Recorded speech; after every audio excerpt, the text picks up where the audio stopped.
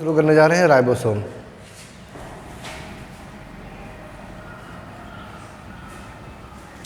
Ribosome जो होते हैं बेटा ये राइबो न्यूक्लियो प्रोटीन होते हैं। ये बेटा नॉन मेम्ब्रेनस ऑर्गेनेल होते हैं। मतलब ये मेम्ब्रेन बाउंड नहीं है, जैसे कि हम लोगों ने जितने भी अभी ईआर पढ़ा, गोल्गी बॉडी पढ़ा, माइटोकॉन्ड्रिया पढ़ा और क्लोरोप्लास्ट पढ़ा, प्लास्टिड्स पढ़े, वो सभी मेम्ब्रेन बाउंड थे, डबल मेम्ब्रेन बाउंड थे। इसमें कोई भी मेम्ब्रेन नहीं होगी, ना डबल ना सिंगल। ये non membranes organelle, membrane less organelle होते हैं।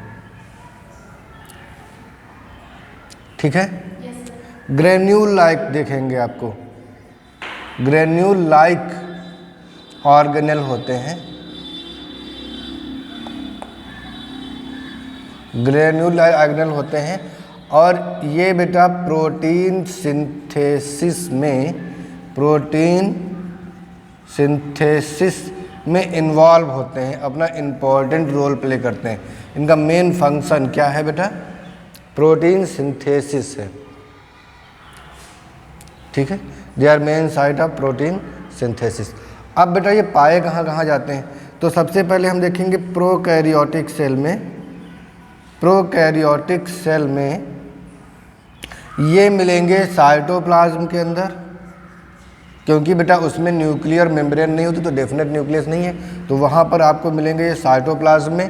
प्लस मेम्ब्रेन पे चिपके हुए मिले, किस मेम्ब्रेन? प्लस उसके जो प्लाज्मा मेम्ब्रेन है, प्लाज्मा मेम्ब्रेन के ऊपर चिपके हुए, ये मान लो बैक्टीरिया है, ये इसकी सेल वॉल है, अंदर ये क्या है? प्लाज्मा मेम्ब्रेन है, तो प्लाज्मा मेम्ब्रेन पे चिपके हुए मिलेंगे ये।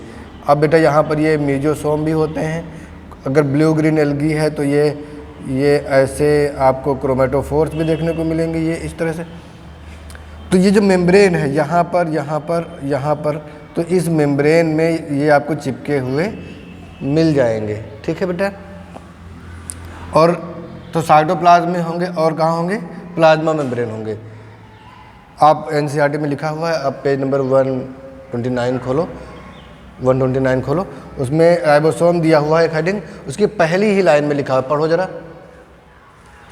129 देखो, राइबोसोम मिला, पहली लाइन पढ़ो बेटा, क्या है? In prokaryotes, ribosomes are associated with the plasma membrane of the cell. Yes, क्या लिखा है? Ribosomes are associated with the plasma membrane of the cell. तो ये प्रोकैरियोटिक सेल है, ये देखो इसमें ये सर्कुलर डीएनए और इसके प्लाज्मा मेम्ब्रेन पे राइबोसोम एसोसिएटेड है। Yes, sir. है ना बेटा? क्लियर है? Yes, sir. ठीक। तो बेटा ये प्रोकैरियोटिक में आपको मिलेंगे, साइटोप्लाज्म में मिलेंगे, प्लाज्मा मेम्ब्रेन पर भी चिपके हुए मिलेंगे। और अब यूकैरियोटिक की बात करते हैं। ये किस में हमने देखा बेटा? प्रोकैरियोटिक्स में। अब अगर यूकैरियोटिक्स में देखेंगे, यूकैरियोटिक सेल में, तो यूकैरियोटिक सेल में इनका डिस्ट्रीब्यूशन थोड़ा सा ज़्यादा होता है। मतलब पहला तो ये आपको मिलेंगे न्यूक्लियोप्लाज्म में। कहाँ मिलेंगे बेटा? न्यूक्लियोप्लाज्म में, क्योंकि ये बनते ही न्यूक्लियोप्लाज्म में है, न्यूक्लियोलर रीजन पे बनते हैं ये। एनओआर हमने न्यूक्लियस में पढ़ा था, जब न्यूक्लियस पढ़ रहे थे तो वहाँ पे हमने देखा था ये बनते हैं एनओआर, न्यूक्लियर ऑर्गेनाइजेशन रीजन, या न्यूक्लियोलस कहेंगे तो न्यूक्लियोलस में बनते हैं। तो ये वहाँ मिलेंगे न्यूक्लियस के अंदर बिखरे हुए। प्लस दूसरा ये साइटोप्लाज्म में मिलेंगे फ्री राइबोसोम। कहाँ मिलेंगे बेटा? साइटोप्लाज्म में। तीसरा इनकी साइट है, इनके मिलने की जगह है, वो है रफ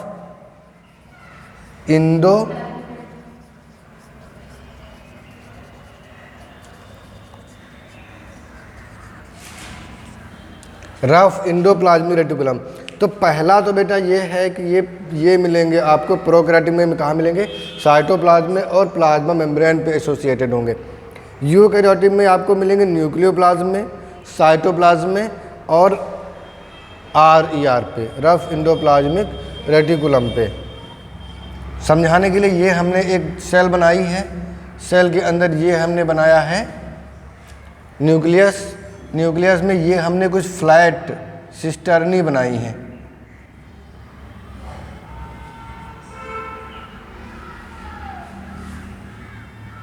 इनके ऊपर हमने ये राइबोसोम चिपका रखे, इनके ऊपर ये राइबोसोम चिपका रखे। तो ये जो आउटर मेम्ब्रेन है बेटा न्यूक्लियस की, ध्यान से देखना, जो आउटर मेम्ब्रेन है न्यूक्लियस की, इस आउटर मेम्ब्रेन के ऊपर भी ये चिपके हुए मिलेंगे। और ये आउटर मेम्ब्रेन तो कंटिन्यू करती है किसके साथ, ER के साथ, चाहे RER हो चाहे स्मूथ हो ACR हो। अब यहाँ पर भी आपको राइबोसोम मिलेंगे बेटा, यहाँ पर भी मिलेंगे, न्यूक्लियर मेम्ब्रेन पर, आउटर मेम्ब्रेन पर, और यहाँ पर मिलेंगे। सिस्टर्नी हमने कहा तो फ्लैट होती है ना, एग्जाम्पल दिया था हमने आपको, इसे मार्कर है, ये ट्यूब्यूल है, और अगर आपके पास वो वाला मार्कर हो, हाइलाइटर हो या वाइटनर हो, तो वह चिपका हुआ होता है, फ्लैट होता है। तो ये वैसे फ्लैट होने के साथ साथ उसका सरफेस एरिया बढ़ जाता है, तो उस पर राइबोसोम चिपके हुए मिलेंगे आपको। तो यहाँ पर, और यहाँ पर फ्री राइबोसोम भी मिलेंगे, इनकी सब यूनिट अलग अलग होंगी, एक में मिले भी अगर mRNA पे अटैच हो तो ये राइबोसोम आपको मिलेंगे, ये राइबोसोम के दोनों सब यूनिट यहाँ पर फ्री मिलेंगे। तो ये साइटोप्लाज्म है, वहाँ फ्री है ये न्यूक्लियोप्लाज्म है। अब न्यूक्लियोप्लाज्म में ये धागे हैं क्रोमोसोम के, और कहीं पर आपको ऐसा स्ट्रक्चर मिलेगा, dense membraneless Oval side structure है, जिसको हम बोलेंगे न्यूक्लियोलस। यहाँ पर राइबोसोम का बहुत घना जमाव होगा, क्योंकि राइबोसोम बन यहीं पर रहे हैं, राइबोसोम बन यहीं पर रहे हैं, तो यहाँ आपको राइबोसोम बहुत मिलेंगे, और फिर ये न्यूक्लियर पोर से बाहर निकलते हैं। ठीक है बेटा, तो ये राइबोसोम की मेन साइट है कि राइबोसोम यूकैरियोटिक सेल में मिलते कहाँ पर हैं। ठीक है, क्लियर है बेटा?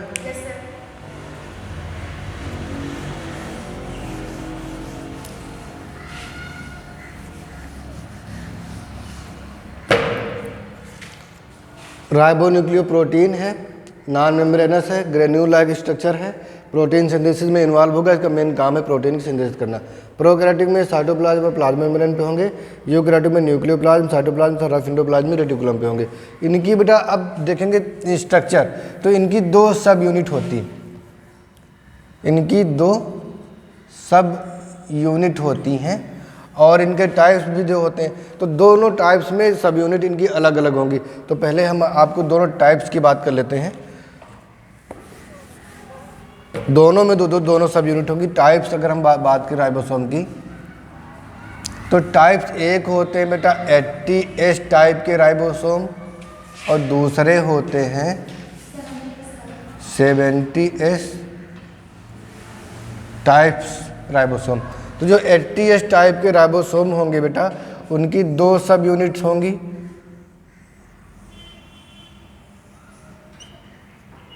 उनकी 2 सब यूनिट्स होंगी। ठीक है, एक सब यूनिट लार्जर होगी,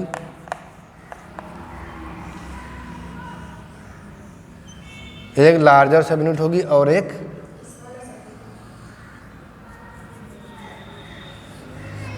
स्मॉलर सब यूनिट होगी।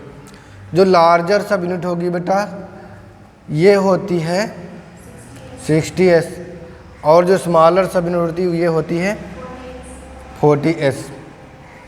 ठीक है, 60S और 40S। अब ये दोनों जुड़े होते हैं, अगर हम इनको जोड़ दें, दोनों को अलग अलग बनाया है हमने, इनको हम यहाँ पे जोड़ रहे हैं। ये मैग्नीशियम आयन के साथ ये जुड़ा हुआ होगा, ये दोनों सब यूनिट है, लार्जर सब यूनिट और स्मॉलर सब यूनिट। कितना बताया था इसको हमने? 40S। ठीक है, ये टोटल पूरा कितना है? 80S। 70S राइबोसोम होंगे तो वो थोड़ा सा इनसे क्या होंगे? छोटे होंगे।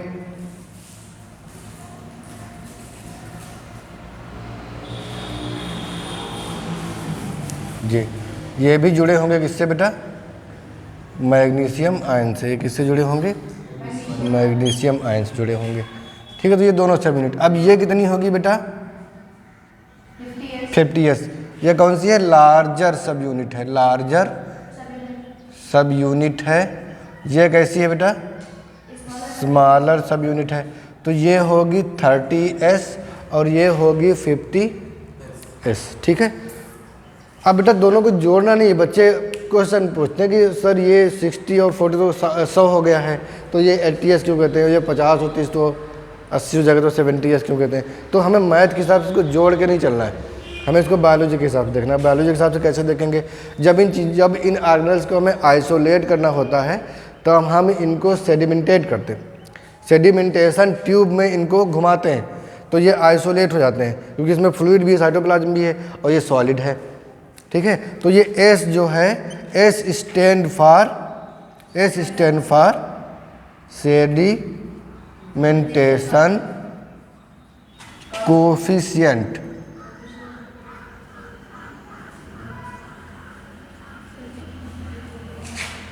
सेडिमेंटेशन कोफिशिएंट, या इसको डिस्कवर किया था, ये टेक्निक सबसे पहले किसने अपनाई थी इसमें?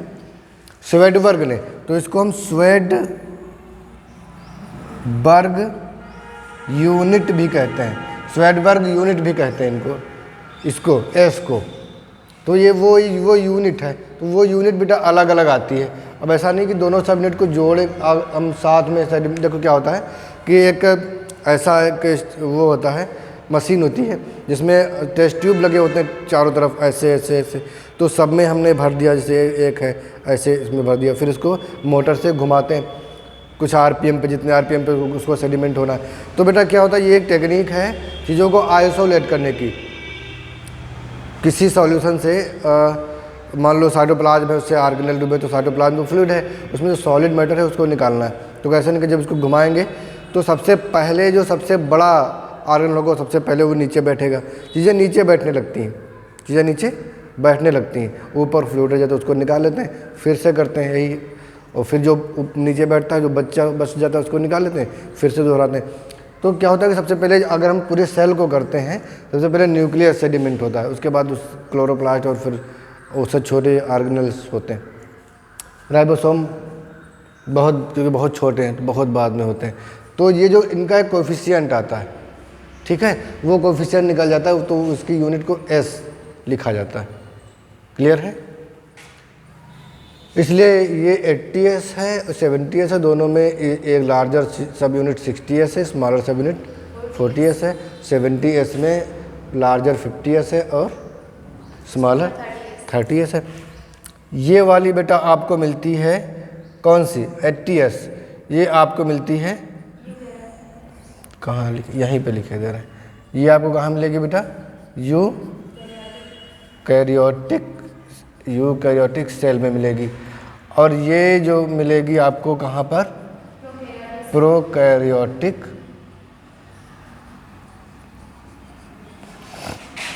सेल में। ठीक है, ये हम ये नीचे वाले इरेज कर दें बेटा।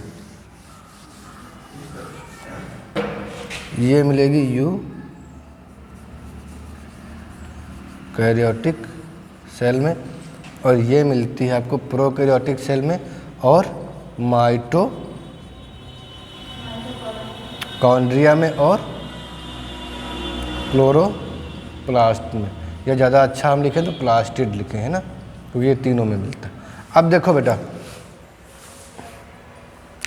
अगर हम पूछें कि 70s टाइप के राइबोसोम्स क्या यूकैरियोटिक सेल में मिलते हैं? हाँ कि ना? मिलते हैं, क्योंकि प्रोकैरियोटिक ये जो माइटोकॉन्ड्रिया और क्लोरोप्लास्ट हैं ये यूकैरियोटिक सेल के पार्ट हैं। तो अगर उसमें है तो समझो यूकैरियोटिक में है। ठीक है, तो ये यूकैरियोटिक में आपको साइटोप्लाज्म और न्यूक्लियोप्लाज्म में नहीं मिलेंगे ये राइबोसोम, लेकिन कहाँ मिलेंगे? माइटोकॉन्ड्रिया और क्लोरोप्लास्ट में मिलेंगे 70s। ठीक है बेटा, तो ये जो बेटा राइबोसोम होते हैं इस वजह से इनको ऑर्गेनल विदिन ऑर्गेनल कहा जाता है। याद करो जब हमने माइटोकॉन्ड्रिया क्लोरोप्लास्ट पढ़ाया था तो हमने कहा था ये सेल विदिन सेल है, क्योंकि ये प्रोकैरियोटिक सेल हमने इसको कहा था माइटोकॉन्ड्रिया को, और हमने कहा था वो यूकैरियोटिक सेल में सिम्बायोटिकली रहती है। ठीक है, अब बेटा माइटोकॉन्ड्रिया और क्लोरोप्लास्ट तो अपने आप में ऑर्गेनल हैं यूकैरियोटिक सेल के। अब ये इस ऑर्गेनल में भी मिल रहे हैं, ऑर्गेनल में पाए जा रहे हैं, तो ये ऑर्गेनल विदिन ऑर्गेनल हैं। तो ये जो राइबोसोम है बेटा ये ऑर्गेनल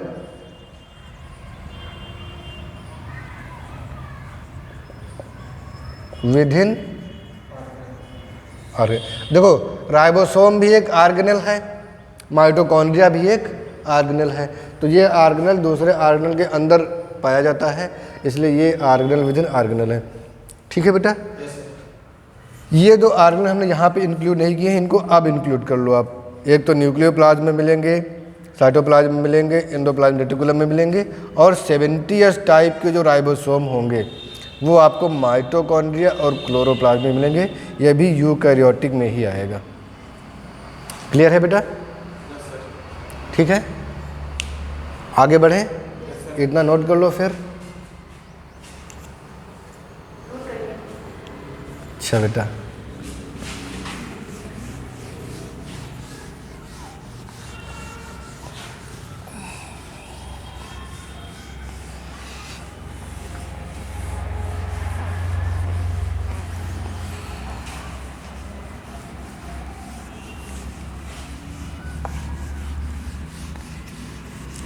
ये बेटा राइबोसोम के बारे में कुछ जनरल बातें हैं।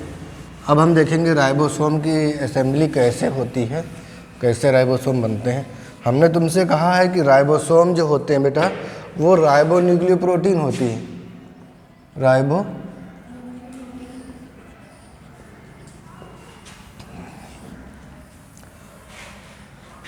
ठीक है।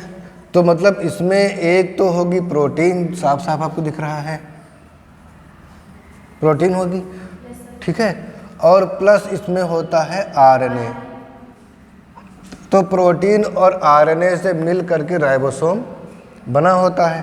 तो बेटा प्रोटीन होती है, आरएनए कौन सा होता है? आरएनए हमारे पास 3 तरह के होते हैं, है ना। एक आरएनए होता है हमारे पास mRNA, और एक आरएनए होता है tRNA, और एक आरएनए होता है rRNA। तो बेटा राइबोसोम में कौन सा आरएनए होता है?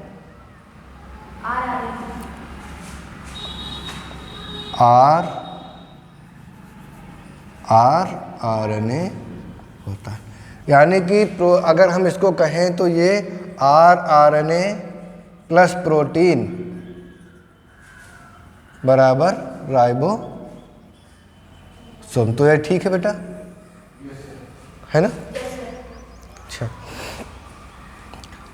rRNA कितने टाइप के होते हैं बेटा? इधर ही दिखाएं। rRNA, अब देखो rRNA तो होता है, rRNA के भी तो टाइप्स होते हैं। देखो 3 टाइप के mRNA, tRNA, RNA, 3 टाइप के RNA होते हैं। RNA के 3 टाइप्स, और इसमें भी जो rRNA है इसके भी कुछ टाइप्स होते हैं। ये क्या है, ये क्या लिखा हमने बेटा? rRNA, इसके भी कुछ टाइप्स होते हैं। एक होगा बेटा 28S rRNA, ठीक है बेटा। एक होगा 23S rRNA, ठीक, और एक होगा बेटा 18S rRNA, और एक होगा 16S rRNA, और एक होगा 5.8S rRNA, ठीक है।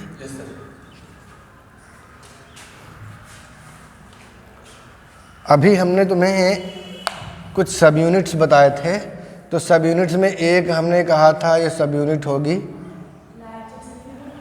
लार्जर सब यूनिट किसकी? 80S राइबोसोम की। तो ये क्या होगी बेटा? 60S होगी, ठीक है बेटा। स्मॉलर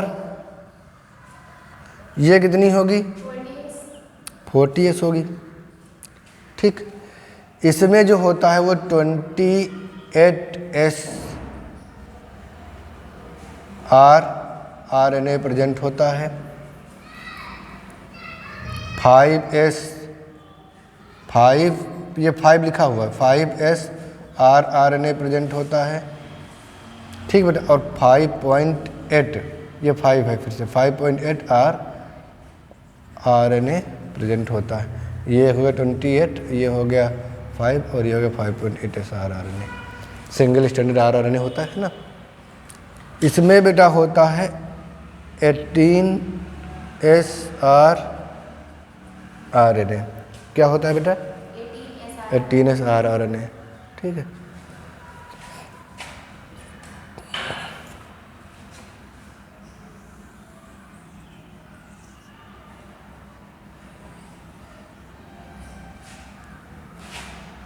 इसमें होगा 16S rRNA, इसमें होगा 23S rRNA, इसमें होगा 5S rRNA।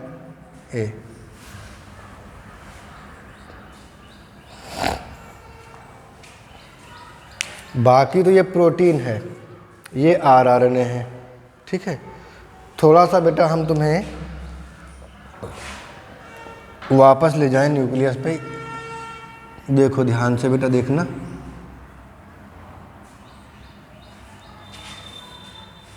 पांच तरह के क्रोमोसोम हमने तुम्हें बताए थे जो कि rRNA बनाते हैं, ठीक है, राइबोसोमल RNA।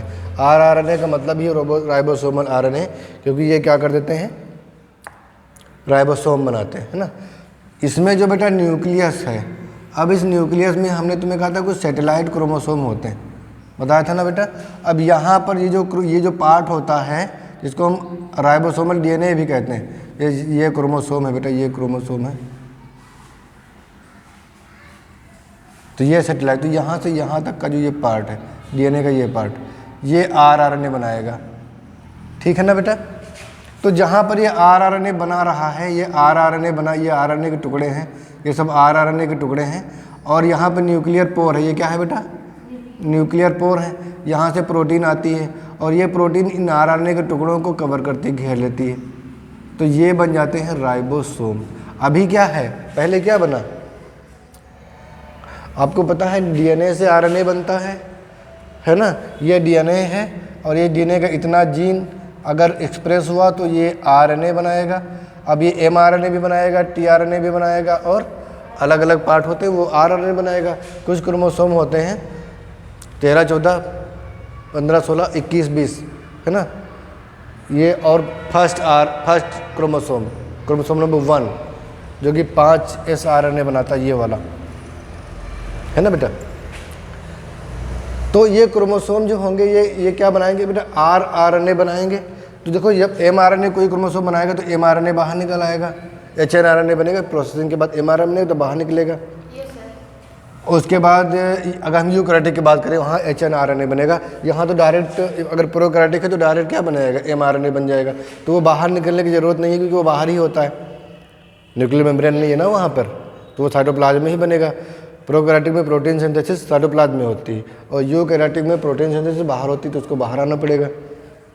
लेकिन rRNA बाहर नहीं आता है, mRNA बाहर आएगा न्यूक्लियस से, tRNA बाहर आएगा, rRNA बाहर नहीं आएगा। rRNA के लिए प्रोटीन बाहर से अंदर जाएगी, प्रोटीन बाहर से अंदर जाएगी। ये मान लो क्या है, देखो ये छोटे छोटे टुकड़े हैं, ये छोटे छोटे टुकड़े हैं, काहे के बेटा, rRNA, काहे के हैं, rRNA के हैं। अब प्रोटीन आएगी कहाँ से, साइटोप्लाज्म से। mRNA तो बाहर आया, mRNA बाहर आया, लेकिन प्रोटीन कहाँ जाएगी, कौन सी, जो राइबोसोम बनाएगी वो अंदर जाएगी, और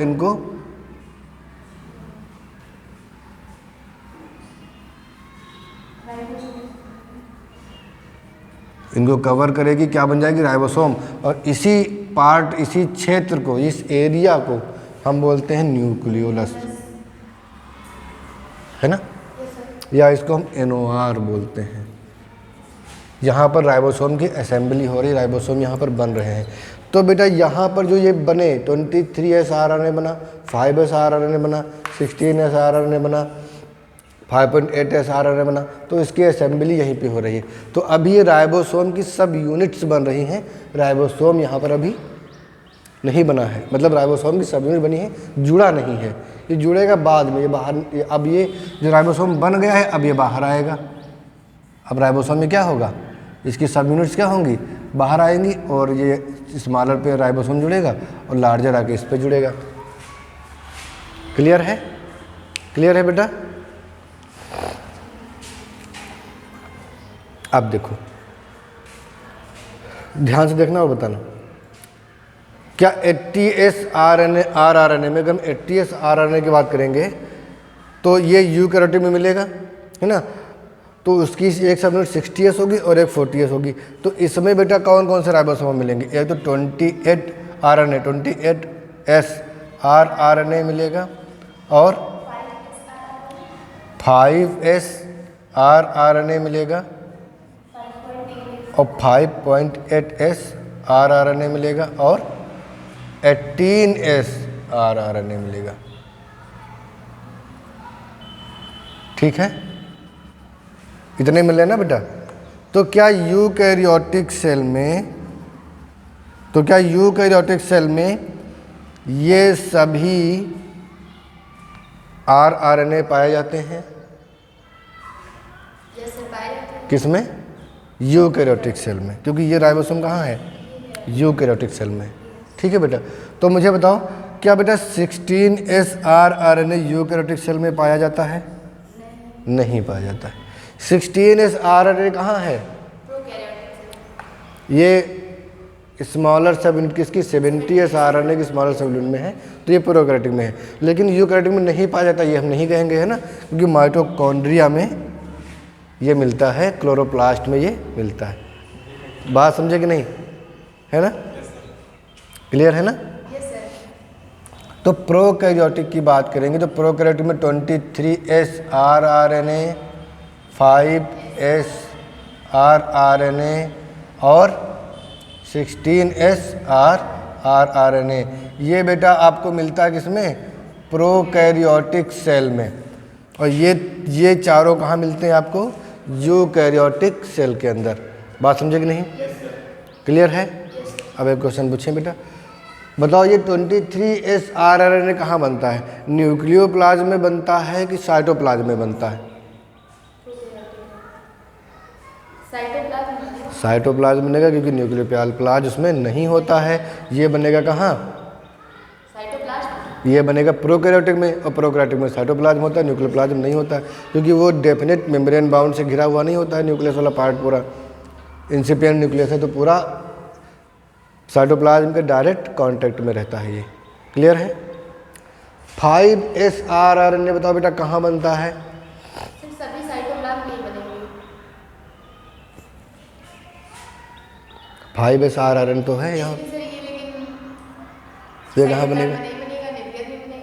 ये न्यूक्लियस में नहीं। सोचो जरा बेटा, अगर ये न्यूक्लियस में बनता होता, अगर ये न्यूक्लियस में बनता होता तो ये प्रोकैरियोटिक में कभी नहीं होता, क्योंकि प्रोकैरियोटिक में न्यूक्लियस डेफिनेट नहीं है।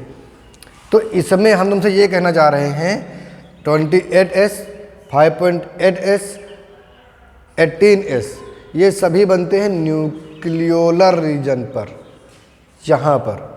और ये जो बनता है ये एक्स्ट्रा न्यूक्लियोलर होता है। कहाँ बनता है बेटा? ये एक्स्ट्रा न्यूक्लियोलर। लेकिन एक बात है, गलती से ये मत कह देना कि यूकैरियोटिक सेल में ये न्यूक्लियस के बाहर बनता है। न्यूक्लियस के बाहर नहीं बनेगा, लेकिन हाँ ये जहाँ पर सभी बनते हैं न्यूक्लियोलस में, ये वहाँ पे नहीं बनेगा, ये यहाँ पर नहीं बनेगा। और ये बनाएगा क्रोमोसोम नंबर फर्स्ट। हमारी सेल में पहला क्रोमोसोम होगा जो 5S rRNA बनाएगा। बोलो बेटा, बात क्लियर है कि नहीं?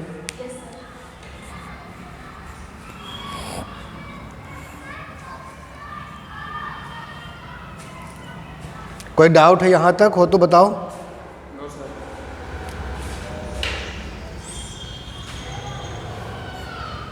तो बेटा हम यहाँ पर इसको इस सीरियल से लिखें कि ये जो सबसे पहले हम यूकैरियोटिक की बात करें तो जो हम टाइप्स लिख रहे थे इसके, तो एक होगा बेटा 28S rRNA, एक होगा ये 5.8S rRNA, और होगा ये 18S rRNA, और होगा ये 5S rRNA। ये सभी किस में मिलेंगे बेटा? यूकैरियोटिक में। और ये वाले कौन सा बचा बेटा? ये 23S rRNA और ये 5S rRNA, ये कॉमन है। ठीक है, इसको हम दोबारा ना लिखें, और कौन सा है बेटा 16S RNA। ठीक है, तो बेटा यहाँ से यहाँ तक ये प्रोकैरियोटिक में और यहाँ से यहाँ तक ये यूकैरियोटिक में मिलते हैं। ठीक है, जिसमें से 16S RNA स्मॉलर सब यूनिट में, ठीक है, और 18S ये वाला स्मॉलर सब यूनिट में है। बाकी सभी जो बचे हैं वो किस में है, लार्जर सब यूनिट में है। ठीक है बेटा, क्लियर है बेटा। अब बेटा देखो 20S राइबोसोम है, ये बेटा मिलता है किसमें, 70S RNA में। अगर तुमको कहीं पर ऐसा स्टेटमेंट लिखा मिल जाए, क्वेश्चन आता है स्टेटमेंट वाले कि 23S RNA always found in larger सब यूनिट, तो ये स्टेटमेंट ट्रू है कि फॉल्स है, करेक्ट है कि इनकरेक्ट है? 23S RNA always found in larger सब यूनिट सही है। लार्जर सब यूनिट की बात हो रही, लार्जर राइबोसोम की बात नहीं हो रही। अगर वो ये कह देता कि लार्जर राइबोसोम, कई बार क्या होता है एनसीईआरटी में भी आपको कई जगह मिलेगा कि स्मॉलर राइबोसोम लिखा है, या नहीं लिखा है कि 70S 80S। ठीक है, तो स्मॉलर या लार्जर राइबोसोम की बात होगी तो आपको ये ध्यान देना कि बात हो रही यूकैरियोटिक राइबोसोम की।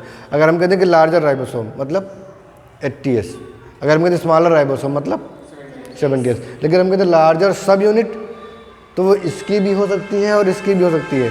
ठीक है, तो ये लार्जर सब यूनिट में हमेशा मिलेगा, लेकिन प्रोकैरियोटिक वाली यानी 70S वाली राइबोसोम के लार्जर सब यूनिट में।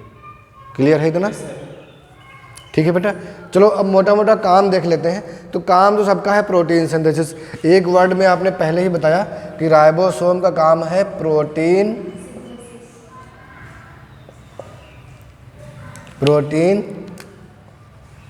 सिंथेसिस।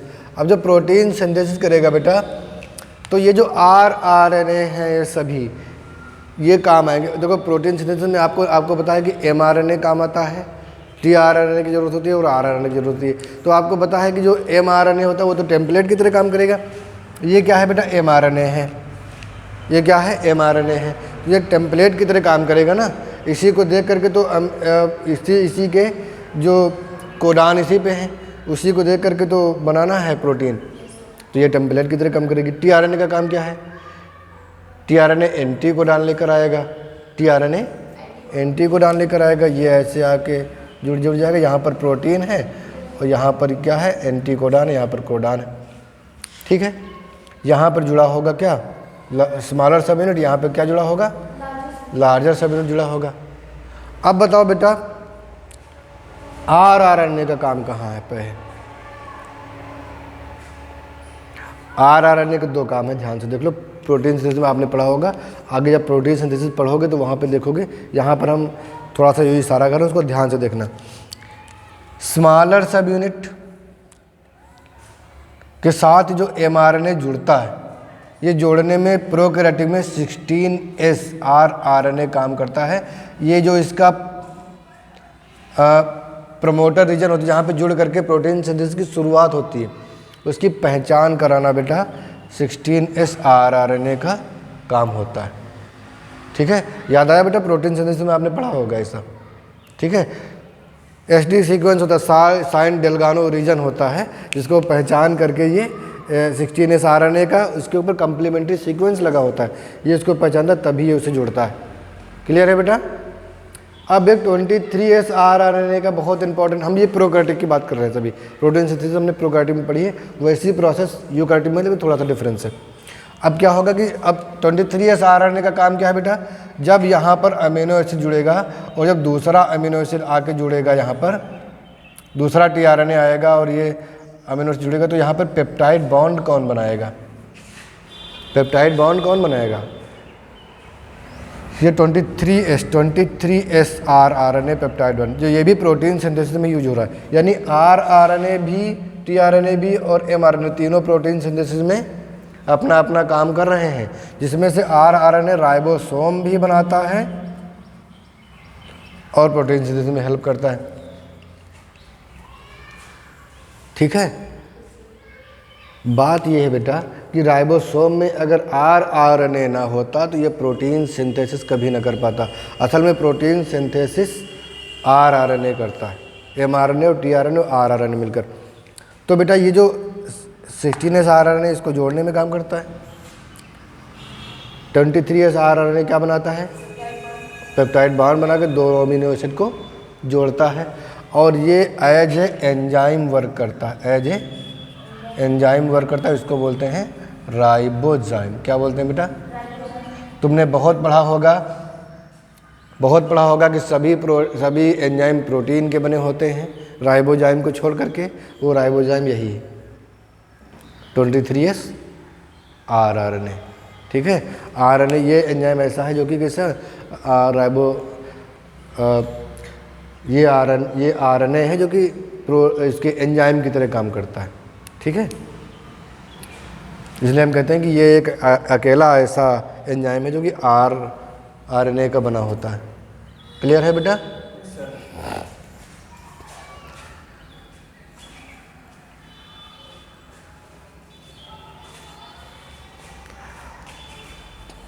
अब बेटा दोनों सब यूनिट जो इनकी हैं वो आपस में किससे जुड़ी होती हैं? तो क्या बताएंगे बेटा? जब ये पूछेंगे कि दोनों सब यूनिट किससे जुड़ी होती हैं तो क्या बताओगे बेटा?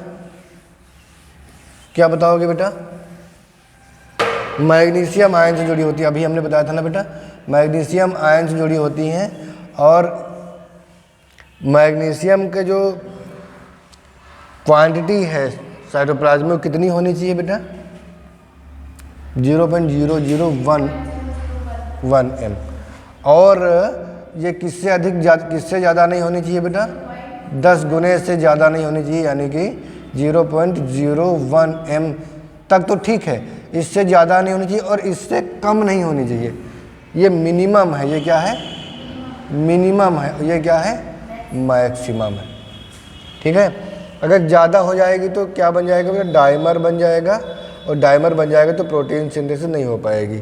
ठीक है, तो ये चीज़ें हैं। मैग्नीशियम में लिखा भी है मिनरल न्यूट्रिशन में, ज़रा उसको बेटा देख लो, पेज नंबर 197 पे देखो। मैग्नीशियम खोलो बेटा, मिनरल न्यूट्रिशन में दिया है आपके एनसीईआरटी में, 197 पे दिया है ना बेटा। मैग्नीशियम में लास्ट लाइन पढ़ो।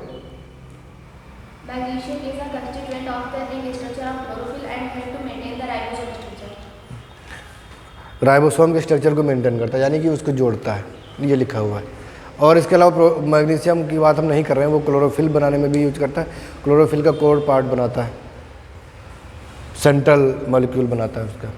ठीक है बेटा, तो ये क्लियर है पूरा। अब बेटा राइबोसोम पढ़ के आना, रिवाइज करना पूरा ठीक से। और कोई भी अगर डाउट्स हो तो तुम कमेंट करके पूछ सकते हो, क्लास में भी आना, यहाँ पूछ सकते हो। ठीक है, पढ़ते रहो।